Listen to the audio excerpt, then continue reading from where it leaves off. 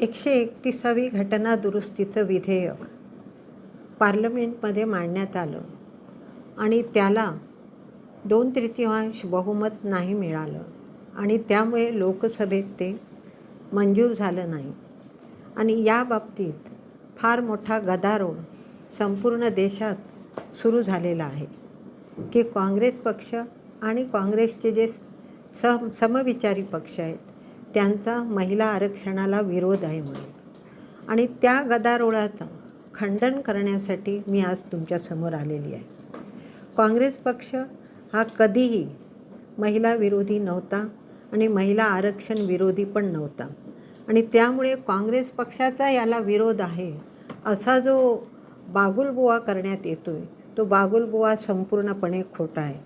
आणि खरं पाहता ह्याला जे नाव यांनी दिलं आहे नारी शक्ती वंदन अधिनियम, तर हे नारी शक्ती वंदन अधिनियम नाहीच आहे. हे नाव नाहीतर 103ची जी झाली घटना दुरुस्ती त्याच्यातही नव्हतं, आत्ताही नव्हतं. फक्त महिलांना आकर्षित करण्यासाठी हे नारी शक्ती वंदन अधिनियम असं म्हणून याला नाव देण्यात आलेलं आहे. 106वी जी घटना दुरुस्ती झाली त्या घटना दुरुस्तीनुसार महिला आरक्षण कायदा संमत झालेला आहे. आणि त्या 106व्या घटना दुरुस्तीमध्ये जो महिला आरक्षणाचं विधेयक जे मांडण्यात आलेलं होतं सप्टेंबर 2023मध्ये ते त्यावेळेला मंजूर झालं होतं. आणि त्याला काँग्रेस आणि समविचारी पक्षांनी सगळ्यांनी त्याला पाठिंबा दिला आणि ते एकमुखी मंजूर झालेलं होतं. आणि 28 सप्टेंबर 2023 रोजी आपल्या राष्ट्रपतींच्या सहीने त्याचा अध्यादेश पण निघालेला आहे. म्हणजे महिला आरक्षण हे 2023 सालीच मंजूर झालं आणि त्याला काँग्रेसचा पूर्णपणे पाठिंबा होता. मग आता जे मांडलं गेलं 131वी घटना दुरुस्ती ती महिला आरक्षणासाठी नव्हती.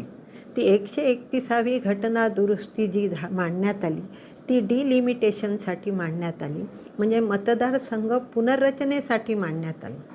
मग मतदारसंघ पुनर्रचना का आवश्यक वाटली सरकारला, केंद्र सरकारला, भाजप सरकारलाही का आवश्यक वाटली? पूर्वी जेव्हा ही 106वी घटना दुरुस्ती होती तेव्हा असं सांगण्यात आलं की आता आम्ही हे महिला आरक्षण लागू करत नाही, कारण आधी जनगणना होऊ दे, जनगणना होईल त्यांच्यानंतर मतदारसंघ पुनर्रचना आयोग स्थापन होईल आणि नंतर आरक्षण देण्यात येईल. नाहीतर मग जर 2023 साली जर हे मंजूर झालेलं होतं महिला आरक्षण तर 2024च्या लोकसभेच्या इलेक्शनला महिलांना रिझर्वेशन मिळायला हवं होतं.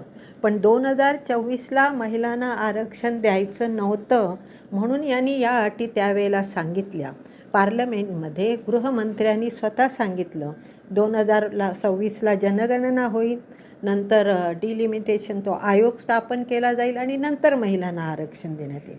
मग त्यावेळची परिस्थिती तशी असताना त्यावेळेला जर महिला आरक्षण देण्यात येण्याची शक्यता असताना त्यावेळेला न देता आत्ता हे का मांडण्यात आलं? हा एक सगळ्यात मोठा त्यांचा काय कावेबाजपणा आहे तो सगळा लक्षात आला. कारण याचं कारण एक आहे बघा, जनगणना आता 2026ला सुरू होते. मग आता हे जे करत आहेत केंद्रीय जी मतदारसंघ पुनर्रचना ते 2011च्या जनगणनेवर घेत आहे. जर 2026ची जनगणना होते आणि जर ती जातनिहाय होते, जातनिहाय जनगणना आमच्या दृष्टीने अतिशय महत्त्वाची आहे, कारण त्याच्यात OBCना मिळेल, इतर पक्ष जे आहेत त्यांचं रेशो त्याच्यात ठरेल. ते न ठरवता 2011च्या जनगणनेवर ते घेत आहे. 2011च्या जनगणनेवर जर घ्यायचं होतं तर मग 2024ला का देण्यात आलं नाही महिला आरक्षण? हा एक सर्वात मोठा प्रश्न आहे. आणि आत्ता देताना उगाचच महिलांच्या आरक्षणाचं नाव पुढे करण्यात येतं आहे. महिला आरक्षणाचा या विधेयकामध्ये काहीही प्रश्न येत नाही. परंतु या ठिकाणी आता 5 ठिकाणच्या विधानसभेच्या निवडणुका सुरू होत्या, 2 ठिकाणच्या विधानसभेच्या निवडणुका अजून प्रलंबित आहेत.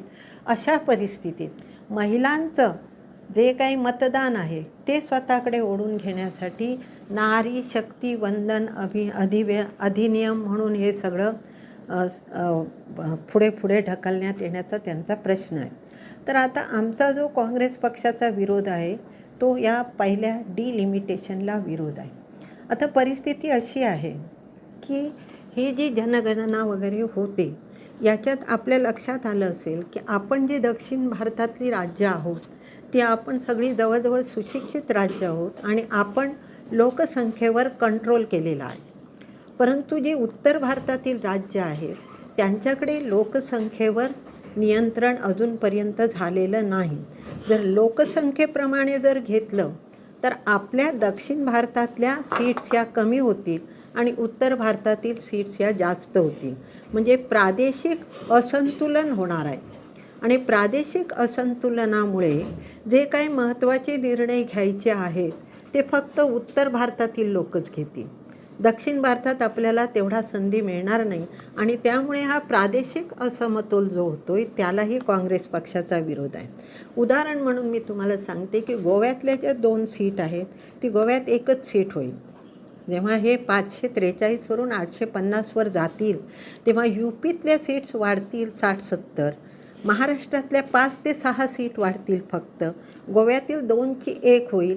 असंच आपली जी खाली राष्ट्र आहेत केरळ वगैरे जे आहेत कर्नाटक यांच्या सगळ्यांच्या सीट कमी होणार आणि यूपी बिहारच्या सगळ्या सीट वाढतील कारण तेथे लोकसंख्येची डेन्सिटी जास्त आहे आणि हा म्हणून आम्हाला प्रादेशिक असमतोल नको म्हणूनही आमचा त्याला विरोध आहे. सेकंडली जर तुम्हाला द्यायचं होतं आरक्षण तर जे पूर्वीचे 543 होते त्याच्यात तुम्ही देऊ शकला असता परंतु ते यांनी नाकारलं. 850 संख्या केली. 850 संख्येत काय झालं आहे महिला खासदारांना जास्तीत जास्त 100 वाढतील परंतु पुरुष खासदारांची संख्या 200हून जास्त वाढणार आहे. मग हे आरक्षण कोणाचं झालं, महिलांचं झालं की पुरुषांसाठी झालं, हाही एक प्रश्न त्याच्यात उपस्थित होतो. याशिवाय आणि एक महत्त्वाचा मुद्दा आहे की डिलिमिटेशनचं कसं करणार आहे. डिलिमिटेशनसाठी जो आयोग निर्माण केला जातो तो एका पत्राने त्याची निर्मिती होते, पत्राने एका स्थापन केला जातो. केंद्र सरकारचं एक पत्र झालं तर आयोग स्थापन झाला, मग निश्चितपणे तो आयोग त्यांच्या अंडर काम करेल ही पण एक भीती आहे. आणि याचं मी एक तुम्हाला उदाहरण सांगते. काश्मीरचं उदाहरण घ्या. 2001च्या जनगणनेवर काश्मीरचं केलं गेलं. आसामचं पण तसंच झालं, त्यांचं मात्र 2011च्या जनगणनेवर केलं.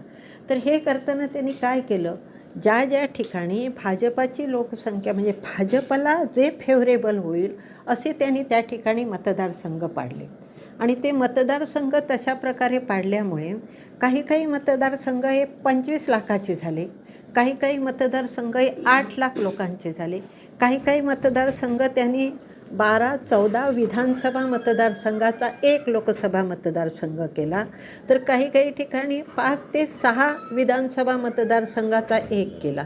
म्हणजे त्याची काहीही नीटपणे असं त्यांना काहीही व्यवस्थितपणा नव्हता. जसं त्यांना वाटलं तसं करत गेले आणि त्याचा उपयोग त्यांना नंतर इलेक्शनला झाला.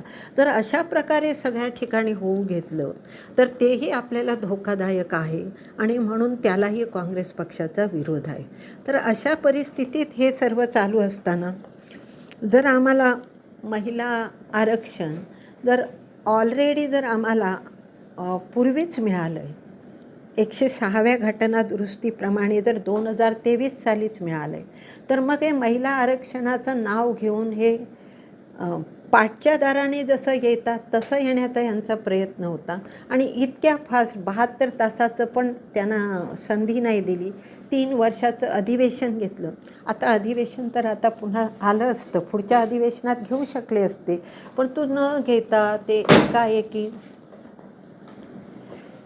एकाएकी यांनी का घेतलं हा पण एक मोठं प्रश्नचिन्ह आहे. 3 दिवसाचं विशेष अधिवेशन आणि भाजपना आणि त्यांच्या सहकारी पक्षांना माहीत होतं की त्यांचं राज्यसभेत 2/3 बहुमत नाही आणि घटना दुरुस्ती जेव्हा करतात तेव्हा 2/3 बहुमत लागतं.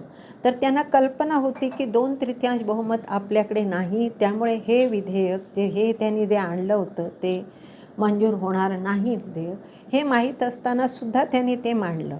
याच्यामागे त्यांचं हे होतं, मंजूर झालं तर आपलं, मंजूर नाही झालं तर काँग्रेस पक्षावर घालता येईल की काँग्रेस पक्षाने आणि सहकारी पक्षाने ह्याला विरोध केला आणि ह्याचा उपयोग त्यांना येणाऱ्या 2 राज्यांच्या निवडणुकीमध्ये आणि संपूर्ण देशभर काँग्रेस विरोधी वातावरण तयार करण्यासाठी घेण्यात येईल. आता काँग्रेस पक्षाचा याला विरोध कधीच नव्हता, केव्हाच नव्हता. कारण 1989 साली, मी तुम्हाला थोडी मागच्या गोष्टी सांगते. 1989 साली जेव्हा आमचे कैलासवासी राजीव गांधी पंतप्रधान होते, तेव्हा त्यांनी पंचायत राज विधेयकामध्ये हे महिला आरक्षणाचं विधेयक मांडलं होतं.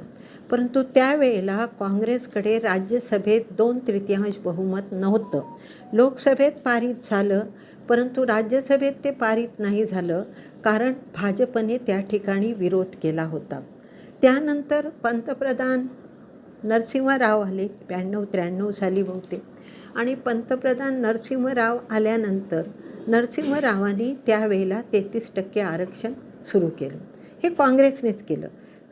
राजीव गांधीजींच्या वेळेला पण काँग्रेसने केलं, नरसिंह रावच्या वेळेला पण काँग्रेसचंच ते हे होतं.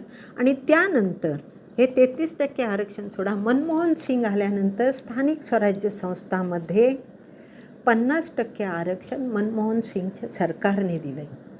एवढं सगळं काँग्रेसने केलेलं असताना काँग्रेस महिला आरक्षणाच्या विरोधात आहे असा बागुलबुवा करणं हे अतिशय चुकीचं आहे आणि ही ढोंगबाजी आहे.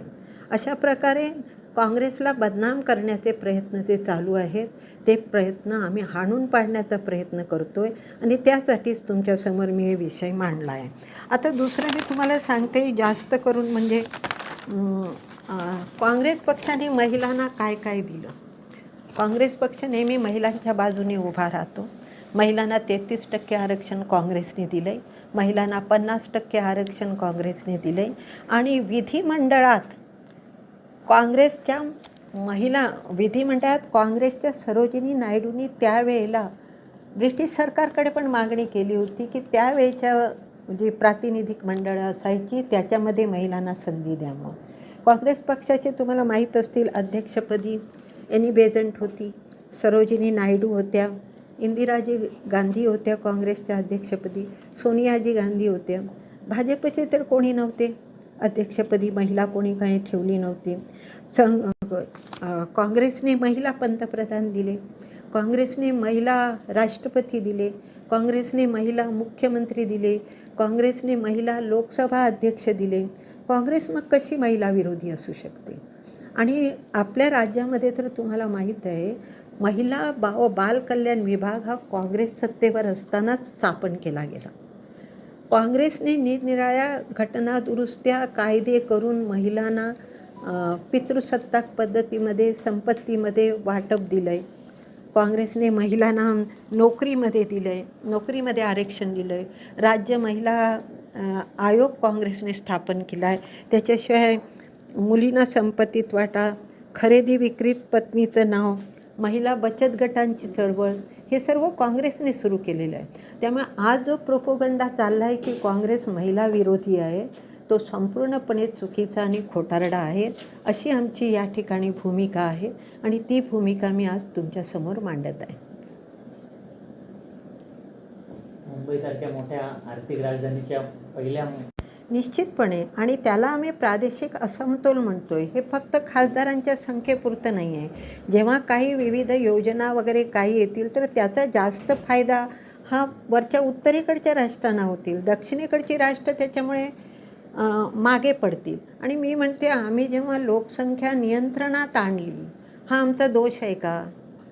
ह्याचा आम्हाला त्याचा आमच्यावर सूड उगवला जातो आहे का? कारण आमची लोकसंख्या कमी आहे, आम्ही लोकसंख्या नियंत्रणाला आम्ही साथ दिली. म्हणजे त्या ठिकाणचे वाढणार आणि त्या ठिकाणचे जास्त लोक मंत्री होतील, जास्त लोक खासदार होतील आणि आम्ही मागेच राहू ना सगळे. महाराष्ट्राचं जर कॅल्क्युलेशन बघितलं तर 5 ते 6च वाढत आहेत, जास्त वाढत नाही आहेत. गोव्याची तर 1 सीट कमीच होते, एकच राहते तिथे. मग हे प्रादेशिक असमतोल नाही का? महाराष्ट्रात वाढत आहे 6-7च वाढत आहेत, जास्त वाढत नाही. तुम्ही बघा ते कॅल्क्युलेशन. महाराष्ट्रात दावा करतात 20 ते 30च्या पटीने वाढत नाही वाढत आहे, नाही वाढत तेवढी. उत्तर प्रदेश आणि बिहार त्या तिकडे वाढत आहेत ना, त्याच्या दृष्टीने फार नगण्य वाढ. आणि त्यानंतर पंतप्रधान मोदीजींनी देशाला संबोधित करताना काँग्रेसने विधेयकाची भ्रूणहत्या केल्याचं म्हटलं आणि तुमच्या काँग्रेसचा निषेध व्हायला लागला, विशेषतः राहुल गांधी. अशा वेळी महाराष्ट्रामध्ये कुठे काँग्रेस दिसली नाही. आम्ही आज तुमच्या समोर त्याच्याचसाठी आलो. एवढे दिवस आम्ही कुठे दिसली नाही Congress back to back Rahul गांधींच्या बाजूने उतरताना. तर आता आम्ही तुमच्याकडे येतोय ते आम्ही तुमची बाजू, आमची बाजू तुम्ही मांडावी याच्याचसाठी आलोय. तुम्हाला खूप लेट झाल्यासारखं वाटत नाही का? नाही, एवढं तर लेट नाही वाटत मला. कारण आता तिथे भ्रूणहत्या वगैरे हे शब्द कितीतरी चुकीचे आहेत. भ्रूणहत्या तुम्ही कोणाला म्हणताय? जेव्हा सुरूच काँग्रेसने केलंय महिला आरक्षण, तेव्हा भ्रूणहत्या हा प्रश्नच नाही. हसण्यासारखा आहे विषय हा. भ्रूणहत्या झाली, भ्रूण कुठचं? जे झालंच आहे, आरक्षण ऑलरेडी झालेलं आहे, त्याला आता तुम्ही भ्रूणहत्या वगैरे नाव देऊन हे काही विचित्रच वाटतं हे सगळं आहे. आरक्षण ऑलरेडी झालं आहे. 2000 आपली 106वी घटना दुरुस्ती झाली, 2023ला झालं आहे. त्याच्यावर पार्लमेंटमध्ये सर्व पक्षांनी बहुमताने एकमताने केलं आहे. त्याच्यावर राष्ट्रपतींची सही झाली, सगळं झालं आहे, कायदा संमत झाला आहे. मग आता कुठची भ्रूणहत्या? मतदारसंघाचं फेरनियोजन पुनर्रचना करण्याचा जो डाव होता तो आम्ही मोडीस काढला, त्याला तुम्ही भ्रूणहत्या म्हणताय? विधेयकाची भ्रूणहत्या म्हटले. कसलं विधेयक? कसलं विधेयक? विधेयक कसलं ते? कसलं विधेयक? त्याला भ्रूणहत्या हा शब्द महिला कसा? आरक्षणाचं विधेयकच नव्हतं हे. हे जे विधेयक होतं ते महिला आरक्षणाचं नव्हतं. डिलिमिटेशन करून आपल्या भक्त लोक असलेल्या राज्यांची संख्या वाढवायची आणि आपली कायमस्वरूपी सत्ता प्रस्थापित करायची हा भाजपचा डाव होता. तो डाव काँग्रेसने उधळून लावला. चुकीचा वाटतोय भ्रूणहत्या. काँग्रेसची भूमिका काय राहणार आहे? काँग्रेसची भूमिका निश्चितपणे महिला आरक्षणाच्या बाजूने आहे. आणि महिला आरक्षण पास झालेलं आहे, बिल कायदा झालेला आहे. तो तुमच्यावर टपका येतोय. मी माझा प्रश्न तेच आहे, काँग्रेस महाराष्ट्राचा देशात कुठे दिसतच नाही.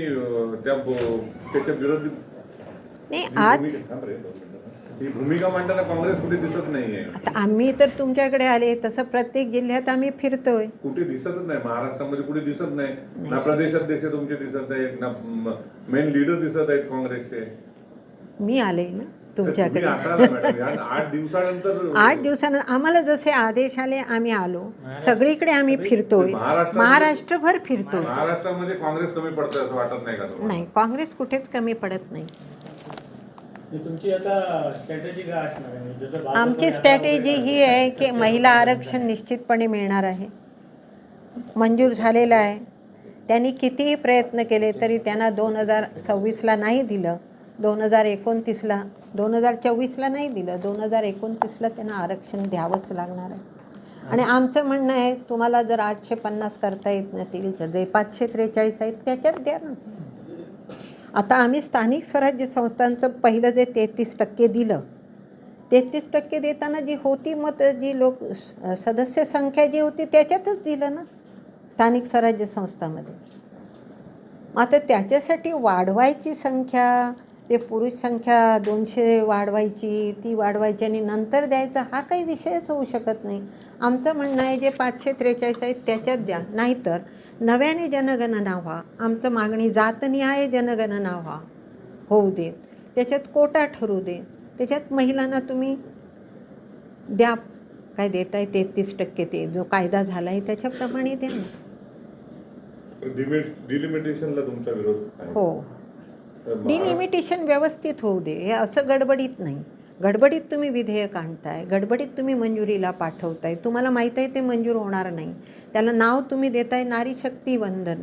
ते नावाचा काही प्रश्नच येत नाही. ते नारी शक्ती वंदन नाही, ते त्याच्यात काही महिला आरक्षणाचा प्रश्नच नाही आहे.